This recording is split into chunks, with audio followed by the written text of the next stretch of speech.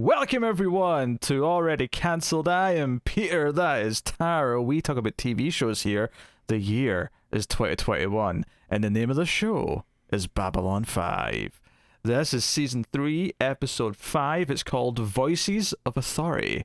So full spoilers for the episode, as always. This episode has a few things going on. I felt like this one had a lot of moving parts and a lot of things that was advancing kind of simultaneously. But predominantly a new ally, potentially, for our assembly of heroes. And of course, the Night Watch stuff progressing, and a certain guest character who comes on the station and advances things with that, and maybe tries to seduce Sheridan, but she's having almost none of. Good for him. Don't fall for the honeypot. Yes, she's very, very assertive. Very, very assertive. I kind of like hated her a little bit. Not that she's a bad character. I do think the actress is a little bit over the top and like theatrical, but yeah. I did like I got. This is a knowing thing. This is not like the character clearly knows what she's doing, because she makes it clear by the end of the scene that she knows exactly like how she's spinning things. But every way she sort of like redefines things to like sort of make it sound like, oh, we don't have poverty on Earth. You know, we have this. Oh, we don't have homelessness. We have some displaced people. If you have a problem, just redefine the definition of it, and then there's no problem. And I'm like, she's a PR woman. I'm like, I just this is a character for him, but I'm like, I want Sheridan to like stab you in the knee with a fork. Like that's what I'm hoping for right now. I mean, he did ask for a gun with 2 bullets. Presumably to take her out and himself. Yes. What's the joke ending to that, where he's like, the second one is just to confirm the kill? It's not for him, it's just to make sure. Just in case he misses with the first one. Dark. So, oh yes, that was a dark joke, I admit, but hey, that's what it is. Although Zach's clearly into her. Zach's all over this Miss Santi, her name is.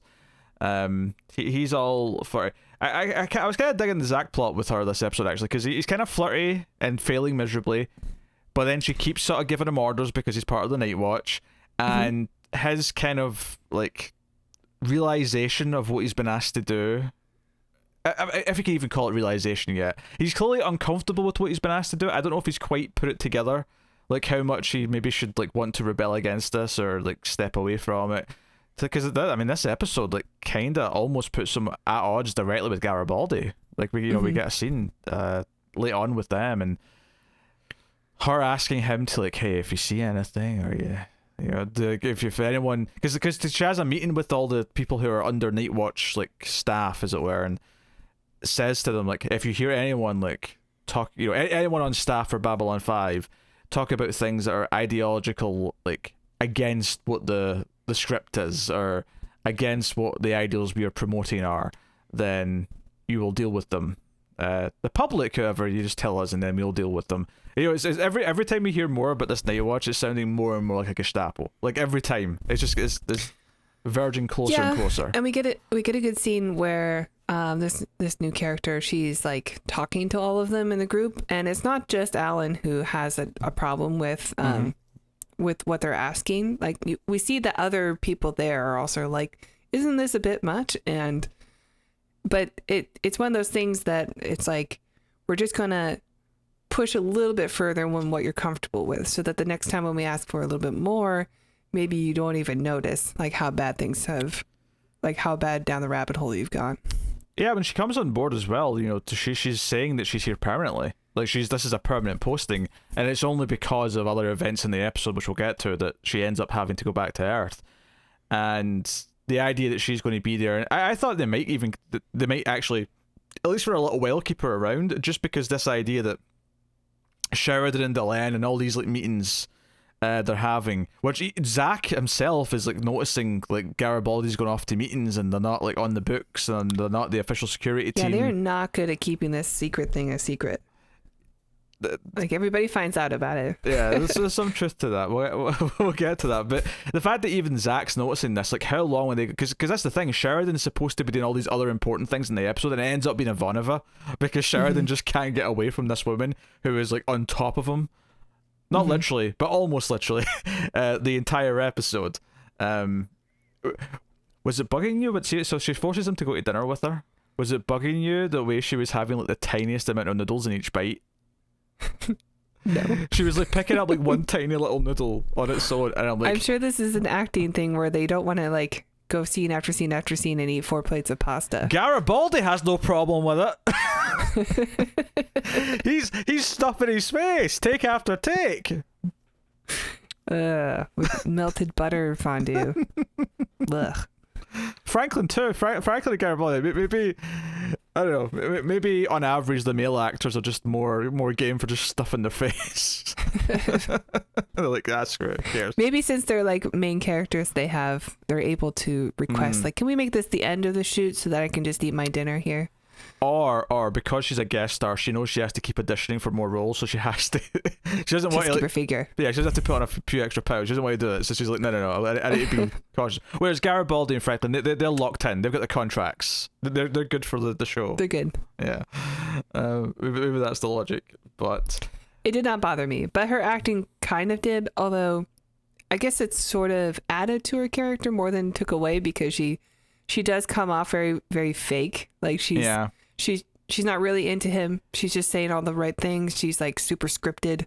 It worked more in some scenes than others. Like I think in the dinner scene specifically, when she's like almost like admitting that it's all just like PR spin, that what she's saying, like it actually kind of worked because it is like, okay, you are kind of being this fake theatrical like spin doctor, and like it sounds like that like almost all the time.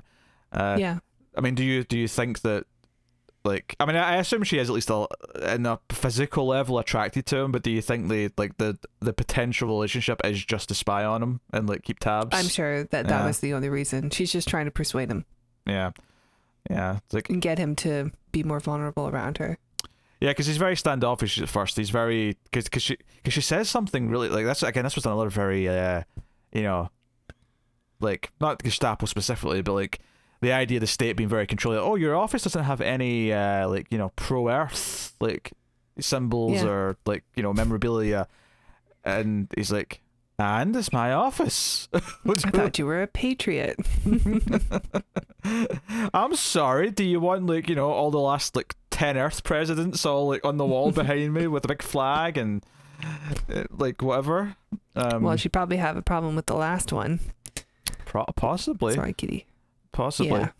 Yeah. That was the other smart thing I think they did with Zach in this episode, is that he feels like he's kind of like questioning everything he's been asked to do more and more, but when the stuff about the president's assassination comes out towards the end of the episode, he kind of feels like he's buying into like he's not ready to believe it because it's too extreme, so he almost is like kind of like believing the cover story a bit too much. And that's kind of what leads to the Garibaldi conversation where he's like, hey, so, you're not trusting me. You're not telling me about these meetings. I looked up this code in the rule book, and there's no secret code for this. I think the episode opens with him and Garibaldi like chit chatting about his uniform and stuff, and how it's too itchy and heavy, and it's not fitted well, and he wants the ladies to notice him, and they're gonna notice that he has an ill-fitted jacket, and it's just like cutesy banter between two friends in the beginning. It's nice contrast, sort of, though. Yeah, to bookend what happens. Yeah, because it's very serious, that later scene, so that's a nice contrast for their, the parting of their friendship for the time being. So no, it's a neat little plot beat for Zach. I can kind of tell now why they put him in the opening titles this season. Like he's clearly getting a bit more development in time. Yeah, I like his character. He's very natural. Yeah.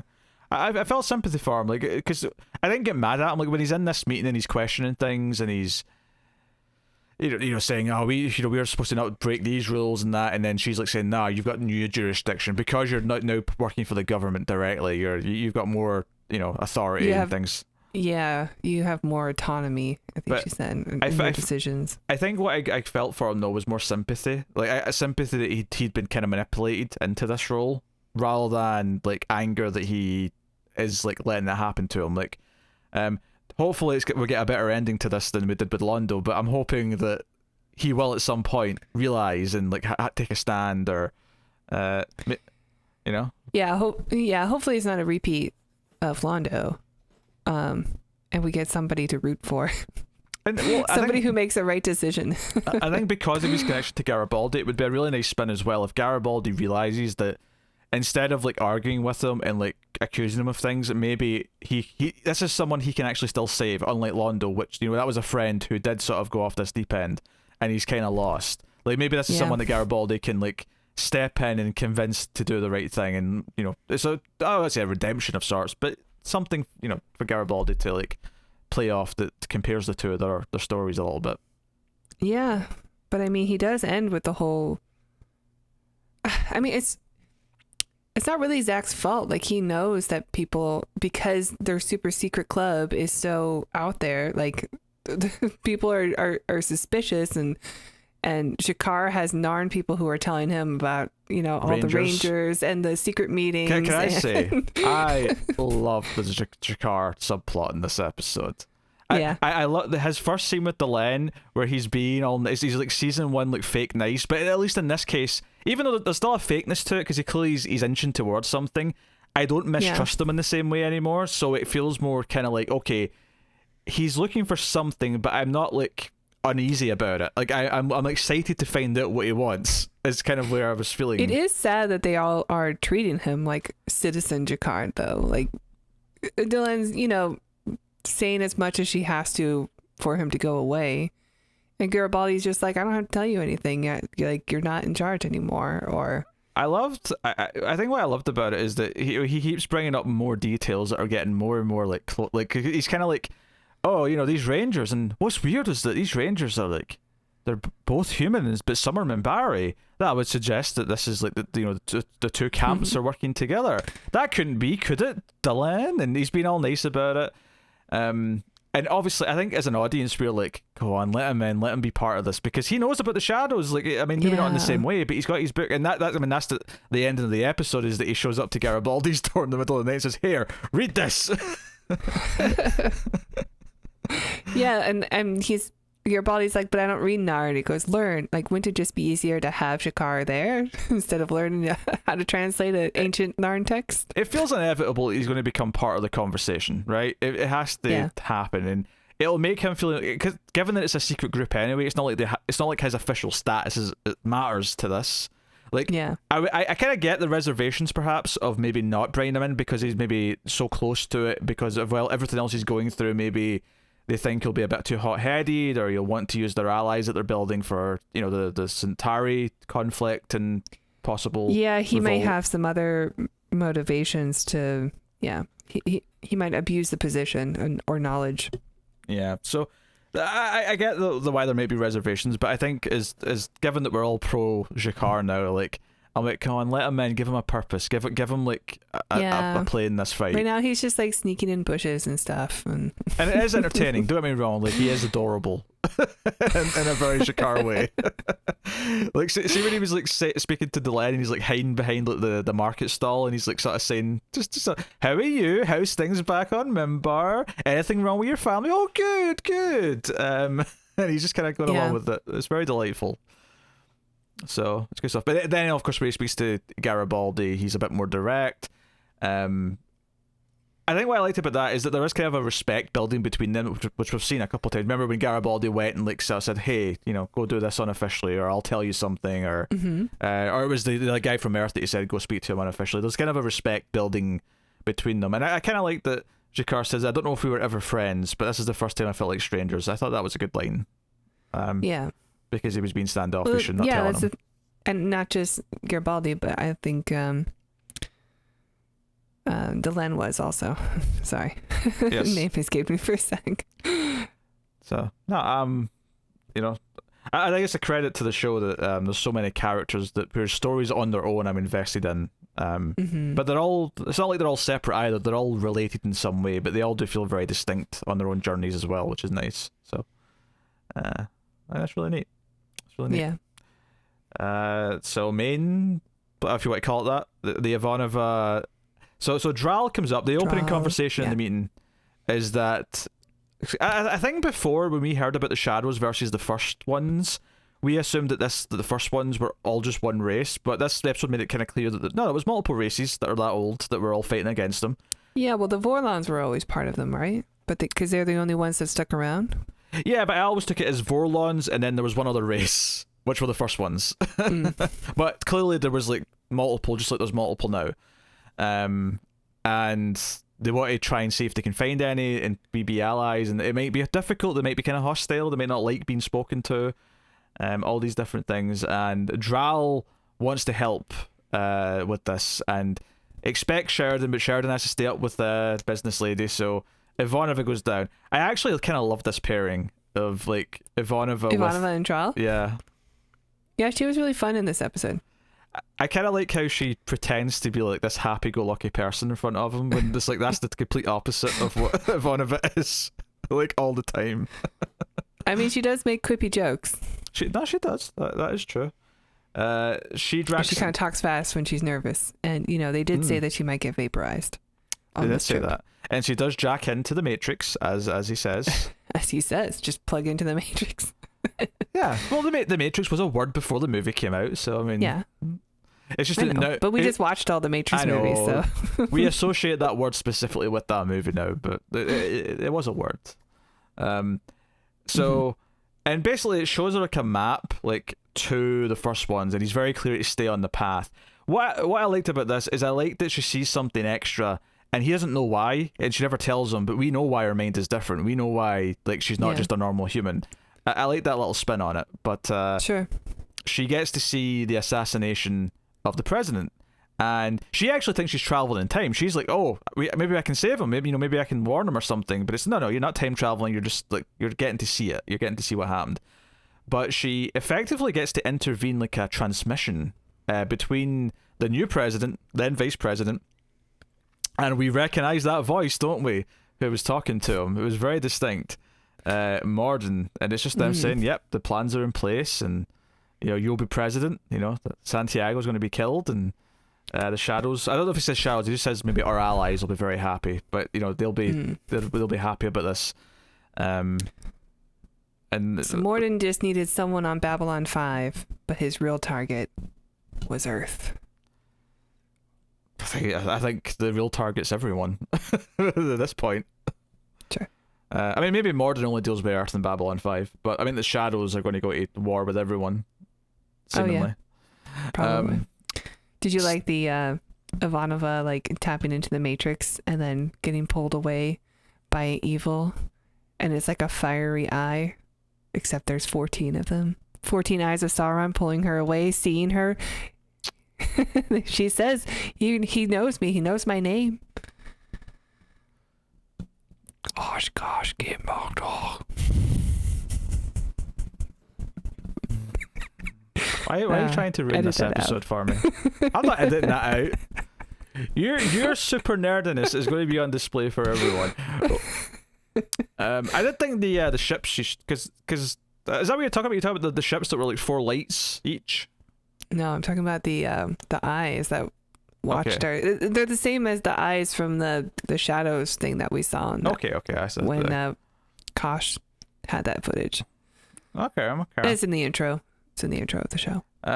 Speaking of good pairings with Ivanova, she also paired well with Cole, who this is the first time we've seen him since episode 1. I hope it's not like trying to be a love thing. I don't know, they're kind of flirty. I hope not too, but I think he was just having fun winding her up because what was it she said? She says something like, you don't have permission to ask about things like that. I was like, I don't have permission to just talk to you like a human being, because he's just trying to make small talk when they're waiting for stuff. I hope this isn't like he's the one that can soften her up. Well, kind of a deal. To be fair, the true love of her life was Talia. Okay, so that's true, and they did have their night together. They did have their night, yes. They just weren't allowed to show it on TV, so it was all implied. But I know I wasn't crazy. I knew I was getting vibes. So yeah, they take the ship out, the fancy half Minbari, half Vorlon ship that was introduced, and they go out to this location that she got from her vision and the machine, And sure enough, they encounter this ancient species. I thought the ship was kind of cool. It's kind of like a big disc, but it had like a circular tree-like kind of structure on top of it. It was kind of an interesting. It had design. like an eye in the middle of it. And then the actual head that appeared, like as like a hologram or whatever it was, and the ship was a bit. It's like a Hawaiian mask. Yeah, it was kind of funky. I dig that they're building allies. The idea that when the fight eventually comes, there's going to be these other ancient races that show up to fight the shadows. That's kind of neat. I'm into that. I'm kind of into, like, we can't understand what they're saying, but we can tell they don't like Vorlons very much, because as soon as she mentions they the have Vorlons, a reaction. they're like, "Oh, Vorlons, those sons of bitches!" like, immediately. Vorlons do not deserve to, smell my shit. Can't remember the line from Ed Wood. Yeah, it was Karloff does not deserve to smell my shit. I'm not sure that was the I think line. that's right. Yeah. Yeah. So no, I dug the overall implications of this. I mean, it was a bit cute, her having to do the bluff thing because they didn't want to be involved, and then she says, "Oh, the Vorlons said, they didn't need you, and that we'd be fine with just the Vorlons because they're the best." And then that like goads them into like saying, "Okay, fine, we'll join up. You need us." I guess they're not past this whole like this part of human emotions where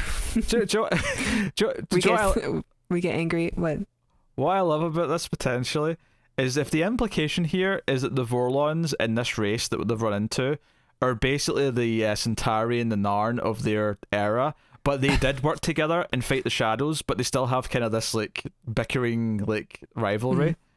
That's kind of a neat, yeah, it's kind of fun little idea. Like, oh, and in their day they actually did overcome like their differences to like fight the shadows, even if they're still like they still hate each other, they still have a rivalry, but yeah, that's true. Maybe this is like foreshadowing. Yeah, maybe. But yeah, I don't know. I don't know if I see the Centauri army or like fleet helping out in the fight against the shadows, letting their slaves fight for them. I don't think so either. Yeah. Hey, it'd be a hell of a turn if they can like tell that story and make me believe it when it comes. Like it'd be a hell of a flip. So yeah, we'll see. Power to them if they can.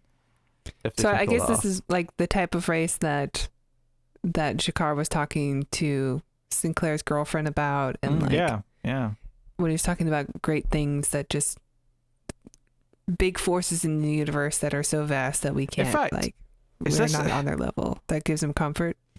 I think that's exactly the sort of thing he was talking about, which is a nice tease for like these types of races showing up. But now you've said that, wasn't that because the planet was like Sigma something something? I wonder. Like, it may have been the same planet she went to back in season 1. Because that name, I don't remember the number, obviously, but Sigma sounds familiar. But it's obviously a common word that's used in, space stuff. I don't know. Ivanova says she recognizes the planet. Yeah. I think in the opening of the episode, Delenn was saying how she's been warning people to stay away from that planet. Like the Minbari don't go there because of the Ancient Ones. And G'Kar even effectively did the same thing in that season 1 episode. He warned her not to go. And then like sort of showed up to help her. Which so maybe it is, yeah. Yeah, and hey, I mean, G'Kar's like that may have been the first genuine tease. I think I even said at the time when we watched that episode, that was the first like true sign of the G'Kar being a good person. Like was that episode because he went and saved her. He sent some ships to save her. So that was nice bit of interesting. Nice bit of foreshadowing. I mean, the way Delenn talked about the Ancient Ones in the opening of the episode sounded a lot like that G'Kar speech. It did, yeah. I wonder if there's a reason, like if there's like a reason Delenn doesn't specifically want to include G'Kar. Like, I wonder if like she knows that the Narn have these myths and they know some stuff, but I wonder if there's like a specific reason why maybe bringing the Narn in is a bad idea. That we can't predict yet. Yeah, maybe in another episode, like maybe G'Kar will just straight up ask, like, put me in your club, and they'll have to say why. Yeah. What the reservations are. Yeah, if it is specifically Delenn, which it may not be, but if it is, then presumably Garibaldi or Sheridan will turn around and say, yeah, why don't we just bring in G'Kar? He seems to know some stuff. And then they'll Garibaldi's got the then. book, so it'll probably be him. Yeah, that's true. She's probably going to like bring that book to the next meeting, which maybe Their next episode. super secret, Yeah. top secret meeting. Although that said, though, he's going to have to like decipher it first, so maybe it'll take a few episodes for him to in the background of. Maybe they've got a translating. Google Translate. I It'll don't just know. take 4 hours. Yeah, the Google search took 4 hours last episode. What's the translate going to be, like 10 hours a page? Is there even like a Narn keyboard that you can pull up to type it in? Because I mean, I have Right. to imagine the text is completely different. It's a Yep. different planet. They use no Latin alphabet.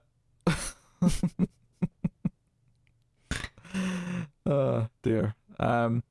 Yeah, I would describe this episode as a really solid one that I like most of the moving parts, and I think it adds a lot to the overall ongoing stories of everything. But it doesn't feel like a monumental episode in its own. Like, No, it's it not- just feels like it's setting up a lot of stuff. yeah, yeah. I know. But it was good. People in the comments, because we were debating over the use of the word filler for one of the episodes, and some of them said they didn't like it either, and maybe transitional episode was better. But the reason why I wouldn't use transitional for that episode is because I think this is actually a transitional episode, and that it's moving a lot of things around and advancing This is things. part 1, but part 2 is going to be in many episodes coming up Possibly.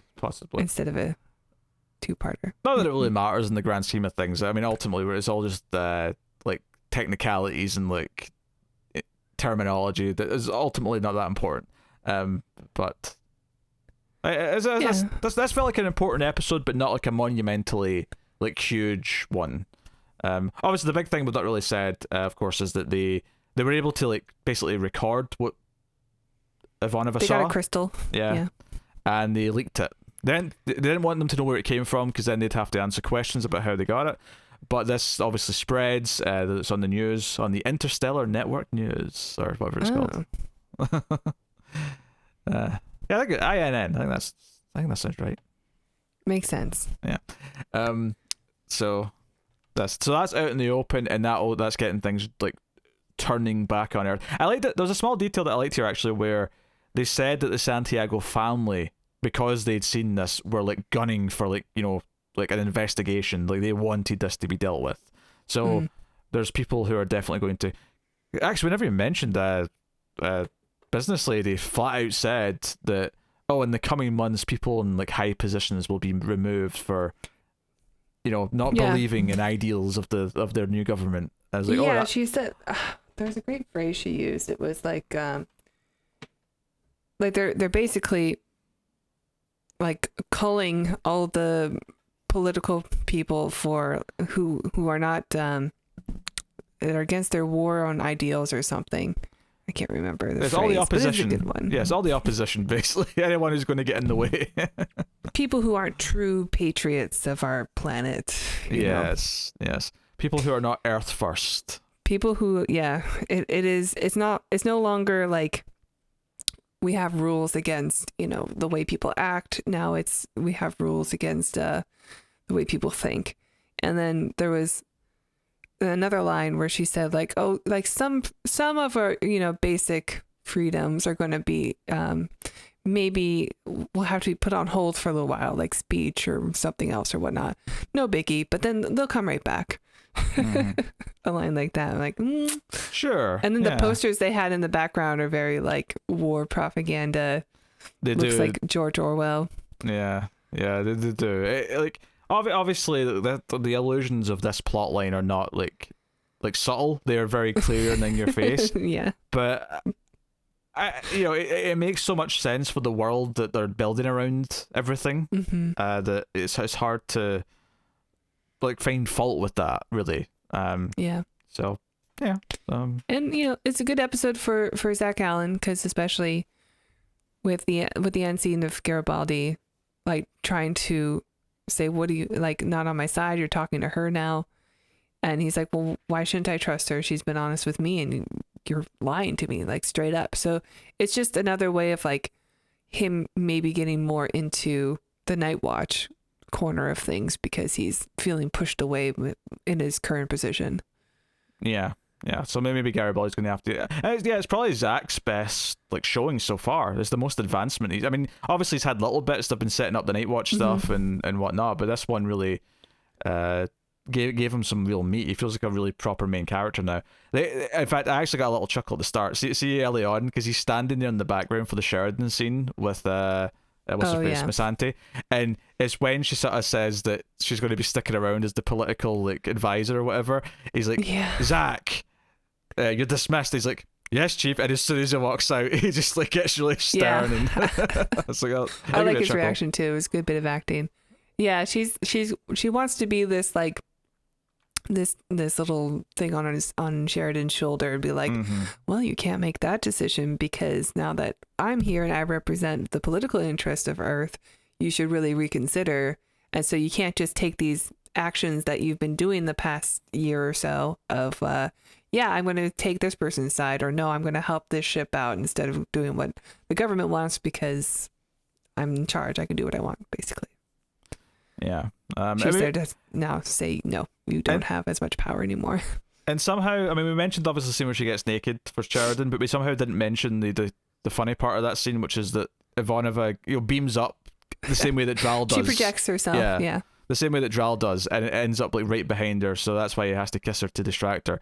And they have a quick little conversation where Ivanova throws some snarky little comments about what's going on. Yeah, she does, and she makes a Star Trek joke. She does, yeah, to go where every man has gone before, which, that's funny. Good episode. I'm excited to see where all these plot lines are going. It's doing a lot of building for the season at large. There's so many moving parts. There's so many character arcs like are playing at the same time, and it's impressive that you can have an episode like this that feels like it's got a lot going on, but there was no Londo, there was no Lanier or Veer. No, they even asked for Lanier when they got onto when Ivanova went onto that new ship, the White Star. Yes. And they're like, oh, he's not here. Like, they didn't get him that day. Okay. Well, Cole's not, but here's his episode 1. He needed a turn. He needed a shot. That's true. So he's been all vaguely Lanier was charming. doing a guest spot on another TV show. He was off doing the Lost in Space reunion. Was it Lost in Space? What was he on? Yeah. That was Space. Yeah, Lost in Space. Yeah. He's Will Robinson. Danger.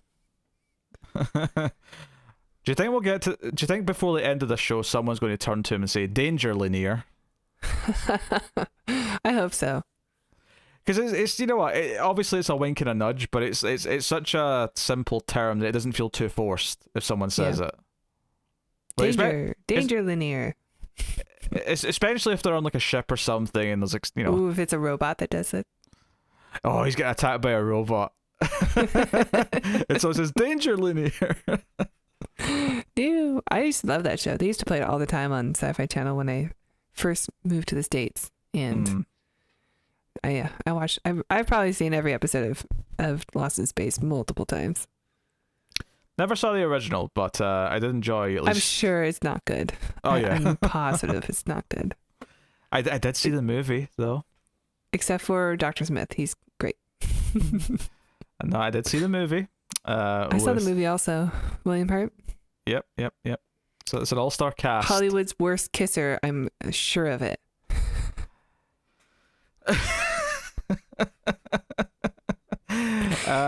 In all the movies where he has to make out with a woman, it just looks awful. He's too aggressive.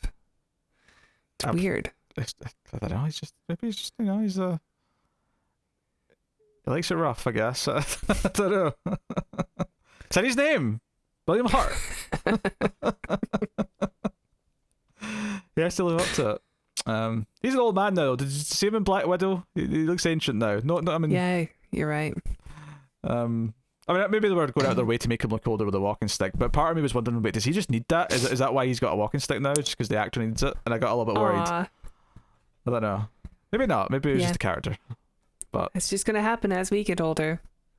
All of those, older people on screen are just going to get older and older. But it's weird because you can watch them, back in time when they were younger. So time marks, yeah. Yeah. So it's like, you see and you fall in love with the person on screen, and then you look them up and they've got diabetes. They've got weird skin polyps on their face. they're they need a cane to walk around. Would you happen to have a photo nearby that would show an example of the type of person that you're talking about? Yeah, there's a picture of Garrett Graham I found, and it's not good. Aww. He's not doing good. Aww. But that's all right. I'll forever have his De Palma films. Yes. All right. Well, I think that wraps up this episode of Babylon 5. By all means, do let us know what you thought of this episode in the comments. Like and subscribe, all that stuff. Ding the bell for notifications. All those things do help out YouTube channels a lot, which is why they all tell you to do it. But you can, of course, support us on the Patreons at patreon.com/MailFuzzTV. Can't you, Tara? That's right. If you enjoy our reviews, please check out the Patreon page, which Peter just gave you, but I'll repeat anyway. Patreon.com/MailFuzzTV. You you actually acknowledged it and course corrected, but then said it anyway. I figured it was worth repeating. Sure. Yeah, you're right. Go on. Knock it out of the park. Thanks. Patreon.com/MailFuzzTV. And if you donate as low as $1 per month, you'll get access to bonus episodes of other shows we do. And if you donate $5 per month, you will get access to these Babylon 5 reviews 1 week early. So you get to hang out with us a week in advance. Cool. I've just noticed on the IMDb page that the actor who plays the current president on Babylon 5, his name is Gary McGurk, which I think is a funny name. Gary McGurk? McGurk, yeah. It's all right. Just a funny name, so. Gary McGurk. Like, Gurk on its own sounds like an alien, but it's got the Mick in front of it, which obviously makes it very, Irish. Yeah. But or Scottish. Or Scottish. You guys have more Mac. Yeah, you tend to find that Mac's more Scottish and Mick's more Irish, but obviously there's been a lot of cross. Yeah. You guys aren't that far away. Yeah. So there's a lot of mixtures, and obviously there's a lot of Micks and Macs everywhere now. Mm-hmm. Everywhere that the UK area has bled to. Which, there was a whole thing for a long time with colonizations and things, so, Never heard of it. They're kind of everywhere.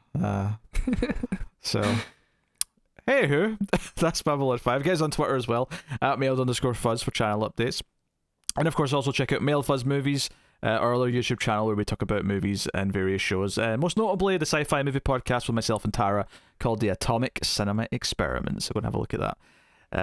But that is us. So thank you once again for watching and listening. We always appreciate it. Keep watching Babylon 5. Just don't give away the home world.